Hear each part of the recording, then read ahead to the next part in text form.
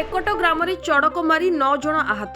गजपति जिला रायगढ़ ब्लॉक मार्लबा पंचायत पेकोट ग्राम चढ़क मारी 9 जन आहत होइतिबा देखिबाकु मिलिछि। आहत मानक मध्यरे 6 जन महिला एवं 3 जन पुरुष रहितिबा सूचना अनुसार हठात वर्षा सह घड़घड़ी मारिथिला। घड़घड़ी 2 नड़िया गछरे मारिथिबा बेले उक्त नड़िया गछ पाख अंचल एक रोषेई घरे रोषेई करुथिबा बेले महिला माने अचेत होई पड़िथिले। एथिसह किछि पुरुष भी एही घड़घड़ीर शिकार होई पड़ जाइथिले। आहत मानकु रायगढ़ गोष्ठी स्वास्थ्य केन्द्र को आनी चिकित्सा करा जाइथिबा बेले समस्ते सुस्थ होइतिबा सूचना मिलिछि।